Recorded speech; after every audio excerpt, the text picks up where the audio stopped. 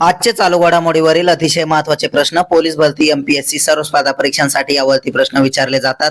अतिशय कमी वेळामध्ये आपण हे प्रश्न घेत असतो, त्यामुळे व्हिडिओ शेवटपर्यंत पहा व आपल्या चॅनलला सबस्क्राईब करा आणि व्हिडिओला लाईक करा। तर चला वेळ न घालवता आजचा पहिला प्रश्न पाहूया। भारतीय क्रिकेट नियामक मंडळाच्या बीसीसीआय अध्यक्षपदी कोणाची निवड झाली? तर त्याचं उत्तर आहे मिथुन मन्नास याची। प्रश्न 2, कोणत्या देशाने के विजा कार्यक्रम सुरू केला आहे? तर त्याचं उत्तर आहे चीन देशाने। प्रश्न 3, लिव्हिंग ब्रिज पुरस्कार कोणाला देण्यात आला आहे? तर त्याचं उत्तर आहे कीर स्टारमर यांना। प्रश्न 4 पाहूया। दोर्दो गाव कोणत्या राज्यातील चौथे पूर्णपणे सौर ऊर्जेवर चालणारे गाव बनले आहे? तर त्याचं उत्तर आहे गुजरात राज्यातील।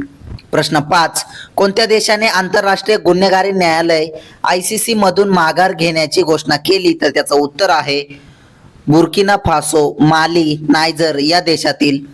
प्रश्न 6, अहमदनगर रेल्वे स्थानकाचे नाव कोणाच्या नावावर ठेवण्यात आले आहे? तर त्याचं उत्तर आहे अहिल्याबाई होळकर यांच्या नावावरती। प्रश्न 7 पाहूया।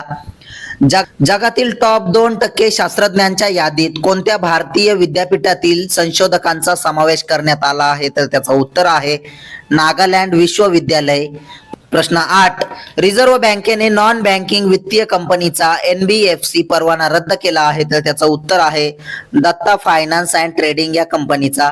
प्रश्न 9, ICC महिला क्रिकेट विश्वचषकाचे अधिकृत गाणे ब्रिंग इट होम ची गायिका कोण आहे? तर त्याचं उत्तर आहे श्रेया घोषाल। प्रश्न 10 पाहूया। माझगाव डॉक शिप बिल्डर्स लिमिटेडने पूर्व किनाऱ्यावर जागतिक दर्जाचे शिपयार्ड विकसित करण्यासाठी कोणत्या राज्यासोबत सामंजस्य करार केला आहे? तर त्याचं उत्तर आहे तामिळनाडू राज्यासोबत। प्रश्न 11, कोणत्या समुदायाने रोश हशनाह नवीन वर्ष साजरा केला? तर त्याचं उत्तर आहे ज्यू समुदायाने। प्रश्न 12, प्रदर्शित झालेला अजय द अनटोल्ड स्टोरी हा चित्रपट कोणाचा बायोपिक आहे? तर त्याचं उत्तर आहे योगी आदित्यनाथ यांचा। प्रश्न 13 पाहूया। अलीकडे निधन झालेले डिकी बर्ड कोणत्या खेळाशी संबंधित होते? तर त्याचं उत्तर आहे क्रिकेट या खेळाशी। प्रश्न 14, केंद्रीय आणि राज्य सांख्यिकी संघटना COCSSO 29वी परिषद कुठे होणार आहे? तर त्याचं उत्तर आहे चंदीगड येथे।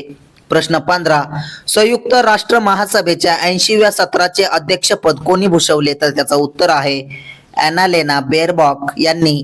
असेच रोजचे चालू घडामोडीवरील प्रश्न अतिशय कमी वेळेत पाहण्यासाठी आपल्या चॅनलला सबस्क्राईब करा आणि व्हिडिओला लाईक करा। धन्यवाद।